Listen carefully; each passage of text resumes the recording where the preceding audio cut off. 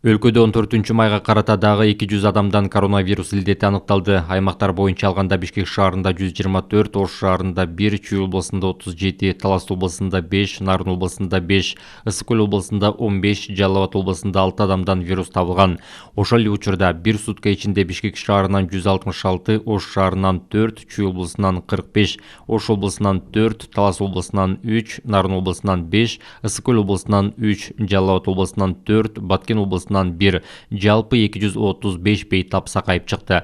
Ал эми акыркы суткада Бишкек шаарында 4, Чүй облусунда 1, Ысык Көл облусунан 1, жалпы 6 адам коронавирустан көз жумду. Учурда стационарларда 1768 бейтап, үй шартында 2427 бейтап COVID-19дан дарыланып жатат. Пандемия башталгандан бери 99845 адам коронавируска чалдыгып, анын ичинен 92953 бейтап айыгып, 1687 адам каза тапты.